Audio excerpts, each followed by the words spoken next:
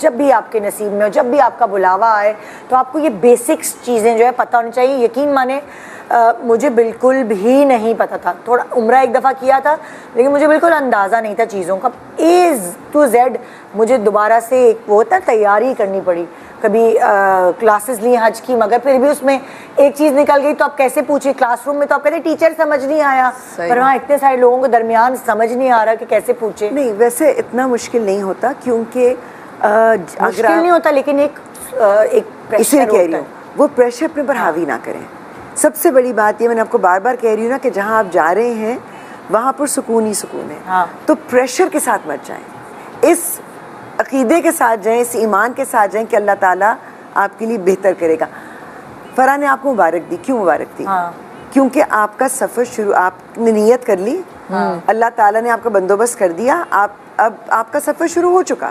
سو پریشان نہ ہو, حجاب کا وہ بھی پریشان بھی ابھی سے پہن لیا, پریشان نہ ہو. ہاں بالکل. لیکن بات ساری کہ وہاں پر کیونکہ اتنے سارے لوگ وہاں پر آپ کے گائیڈز ہوتے ہیں, آپ کا پورا گروپ ہوتا ہے, تو آپ تنہا نہیں ہوتے, گھبرانے والی بات نہیں ہوتی.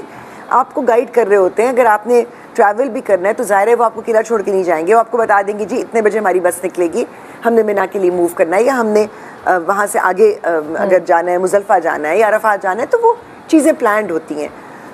لیکن میں وہاں بھی کہوں گی کہ ایک چیز جو کہ پوری اسکی ہے اس کی, کہ آپ نے صبر کرنا ہے. صبر کی مراد یہ ہے کہ اگر آپ کو کھانا اچھا نہیں لگا کوئی بات نہیں, قیامت تو نہیں آ جائے گی, اور کیا, ٹھیک ہے. پیٹ بھرنے کے لیے کھانا ہوتا ہے نا, آپ بس صاف ستھرا کھانا ہو آپ کھا لیجیے. اگر باتھ روم آپ کے مزاج کے مطابق نہیں ہے تو کوئی بات نہیں, تھوڑے دنوں کی بات ہے. جس کام کے لیے آپ گئے ہیں وہ بہت بڑا ہے. تو یہ چھوٹی چھوٹی چیزیں جن کو اپنے اوپر طاری نہ کریں. مینٹلی پریپیئرڈ یہ ہوں کہ کچھ چیزیں آپ کے مزاج کے خلاف ہوں گی, کچھ لوگ آپ کے مزاج کے خلاف ہوں گے. اچھا وہاں یہ بھی ہوتا ہے کہ کچھ لوگ آپ کو کنفیوز کرتے بھی ہیں, وہ خود کنفیوزڈ ہوتے ہیں, وہ آپ کو بھی کنفیوز کر دیتے ہیں. وہ ایک بات سے آپ کو روک رہے ہوتے ہیں, آپ کہتے ہیں پر میں نے تو پڑھا تھا, میں نے تو پوچھا تھا. سو وہ بھی ہے کہ آپ جو آپ سے زیادہ نالجبل ہے اس سے مشورہ کر لیجئے, اور باقی اللہ تعالیٰ سے بات کیجئے. میں نے وہاں منا میں خاص طور پہ ایک خاتون کو یہ کہا تھا, کیونکہ وہ کہنے لگی وہاں پہ ایک ہمارے کافی علماء دین میں ان کا شمار ہوتا ہے, وہ آئے ہوئے تھے, کہنے لگی کہ مجھے ان کے پاس جانا ہے, مجھے ان سے دعا کروانی ہے. تو میں نے ان سے کہا, میں نے کہا آپ کو پتا ہے آپ کہاں ہی نہیں ہیں, آپ کہاں ہی, صحیح بات. کہنے لگی منا میں. میں نے کہا میں نے آپ سے جیوگرافی نہیں پوچھی, آپ سوچیں کہ جہاں آپ ہیں نا وہاں آپ کے سوچنے سے پہلے اللہ تعالیٰ آپ کے لیے وہ کر دیتے ہیں. بالکل. آپ ابھی سوچتے بھی نہیں ہے نا کہ مجھے اس کی ضرورت ہے, اور آپ کو وہ چیز مل جاتی ہے, یا آپ کو وہ جواب مل جاتا ہے. تو بس صبر کریں. اور بس یہ سوچیں کہ آپ جس جگہ گئی ہیں وہ جگہ کون سی ہے, تو آپ کو صبر آ جائے گا. آپ نے ایکسپیکٹیشنز نہیں رکھنی ہے کہ ہر چیز ہمیں بنی بنائی مل جائے گی. ہم وہاں جاتے ہیں, ہم جو سوچ کے جاتے ہیں نا, ہم وہاں بھول جاتے ہیں اس نظارے کو دیکھ کے, اس جگہ کو دیکھ کے. اور سب سے پہلے تو آپ جب کعبہ کو دیکھیں نا, آپ کی آنکھوں میں آنسو آ جائیں گے. اور ایک دعا ضرور سوچ کے جائیں کہ آپ نے پہلی دعا جو پڑھنی ہے نا خانہ کعبہ کو دیکھنے, وہ دعا ضرور قبول ہوتی ہے. سے شروع کرتے ہیں. اب جیسے عام طور پہ لوگ مکہ کے تھرو بھی جاتے ہیں, مدینہ کے تھرو بھی. اب مدینہ میں آپ نے, اگر آپ کو اتنا دن ہے کہ آپ نے اپنی 40 نمازیں پڑھنی ہوتی ہیں نا, وہ جو 5 وقت 8 دن اگر آپ کو مل جائیں تو آپ کوشش کریں کہ پہلی دفعہ اگر آپ جا رہے ہیں تو پھر 8 دن وہاں رکیں تاکہ 40 نمازیں پوری ہوں. تو حضور اکرم صلی اللہ علیہ وسلم کی اس حدیث مبارکہ کی بشارت ہے کہ جو 40 نمازیں پڑھے گا گناہوں سے پاک ہو جائے گا, جنت کی بشارت ہے. تو پھر اس کے بعد جو ہم شروع کر رہے تھے 7 ذی الحج کا, حج کے ایام میں خصوصی طور پر بتانا چاہ رہی تھی کہ 7 ذی الحج کو آپ وہاں پہنچے منا میں. منا میں آپ نے رات گزاری, دوسرا دن پورا آپ نے گزارا, آپ نے 5 نمازیں. عمرے کی بات آپ بتا رہی ہیں, حج کی بات, حج شروع ہو گیا نا, حج عمرہ ختم ہوا جی, اینڈ دین نیکسٹ آپ کہہ رہی ہیں 7 ذی الحج کو ہم پہنچ گئے منا میں. نہیں عزیزیہ کے بعد نہیں عزیزیہ سے آپ نے منا میں جانا ہے 7 ذی الحج کو. اوکے, ٹھیک. وہ عمرہ تو کوئی صبح میں کر رہا ہے, کوئی شام میں کر رہا ہے, کوئی کس وقت کر رہا ہے. کہ آپ 5 ذی الحج کو پہنچ گئے مکہ شریف, تو آپ نے اپنا عمرہ تو کر لیا نا, ٹھیک ہے. اس کے بعد جیسے کہہ رہی ہیں کہ 7 تاریخ کو آپ نے نکلنا ہے منا کے لیے. حج کے فرائض شروع ہو جائیں گے. 7 تاریخ سے اب آپ کے لیے حج کا سفر شروع ہو رہا ہے 5 دن کا.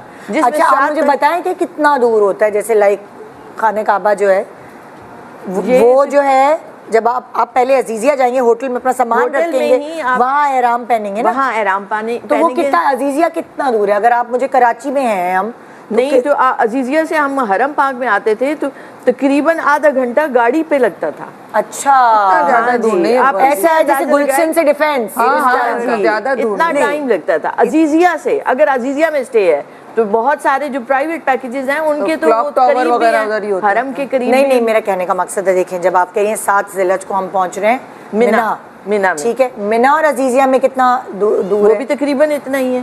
اچھا, یہ آپ کو پاس نقشہ اگر آپ مل جائے نا تو اس میں پورا دکھا, لیکن گاڑیوں پر آپ کا ارینجمنٹ کیا ہوتا ہے انہوں نے. اچھا, ہم مکہ سے نکلے, ہم پہلے گئے عزیزیہ پہ, ہم نے ضروری نہیں ہے. اگر آپ کا ہوٹل جہاں بھی ہوگا نا, اگر آپ کا ہوٹل مکہ میں ہے تو آپ مکہ سے سیدھا اپنا احرام باندھ کر مینا چلے جائیں گے. اگر آپ عزیزیہ میں ہیں تو آپ عزیزیہ سے اپنا احرام پہن کر مینا میں چلے جائیں گے. تو عزیزیہ اور مکہ اور مینا, یہ اگر میں اس طرح بتاؤں تو کدھر کدھر ہیں؟ جیسے دیکھیں عزیزیہ جو ہے یہ حجاج کا سٹے ہے, وہاں بلڈنگز ہیں, وہاں ایک علاقہ ہے جیسے ڈیفنس کا علاقہ ہوتا ہے. ٹھیک ہے, تو وہاں سے آپ حرم پاک الگ ہے, اس طرف ہے مینا, اس طرف ہے. مینا سے قریب ہے عزیزیہ جو ہے, ہاں جی, اور وہاں سے جمرات کرتے ہیں تو آپ عزیزیہ آپ کو قریب پڑتا ہے, تو حرم تھوڑا دور پڑتا ہے. جیسے ہمارا ہوٹل عزیزیہ میں نہیں تھا تو مینا سے جب ہمیں آنا تھا اپنا احرام جو ہے اتارنے کے لیے, تو ہم مکہ واپس آئے تھے کیونکہ ہمارا ہوٹل مکہ میں تھا. تو اس میں بھی یہ تھا کہ کبھی گاڑی آپ کو ملتی ہے, کبھی نہیں ملتی, کبھی ٹریفک کتنی زیادہ ہوتی ہے, بمپر ٹو بمپر. بالکل. تو ہم نے کہا چھوڑو, کون گاڑیوں میں جائے, 2 گھنٹے پیدل نکل جاؤ. تو ہم پیدل آ گئے الحمدللہ.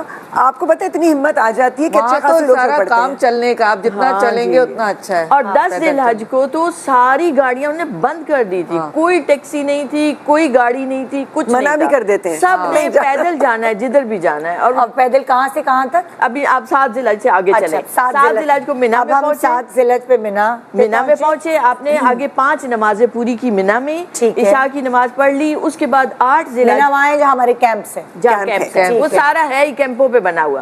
وہاں حضور نے کیمپ میں قیام کیا تھا, وہاں کی رہائش ساری کیمپوں میں ہے, آپ کو کیمپ میں ہی رہنا ہے. چھوٹے بڑے کیمپ ہیں تھوڑا تھوڑا فرق کے ساتھ, 3 دن رہنا ہے وہاں. ہاں جی. تو اب آپ نے 8 تاریخ کی رات کو وہ آپ کو لے کے عرفات لے جائیں گے. اب کسی کا ٹرین پر ارینجمنٹ ہے, اب اس وقت حجاج ساروں کا پچھلے سال ٹرینوں پر ارینجمنٹ تھا سارا, تو میٹرو ٹرین چلتی ہے, وہ 10 منٹ میں آپ کو عرفات پہنچا دیتے ہیں. عرفات میں بھی کیمپ لگے ہوئے ہیں پورے, جیسے آپ کو مینا میں کیمپ تھے اس سے کہیں بڑے, 2 گنا بڑے, 3 گنا عرفات میں بھی کیمپ. آپ سے جیسے شادی کا پنڈال ہوتا ہے نا, اتنے بڑے بڑے کھلا مطلب ایک تصور جیسے یہ تھا, جیسے میں بھی جا رہی تھی کہ روز محشر جیسے ساری دنیا ہے, ایسے اب سارے لاکھوں حجاج بیٹھے ہوں گے کھلے آسمان تلے, ایسا نہیں ہے.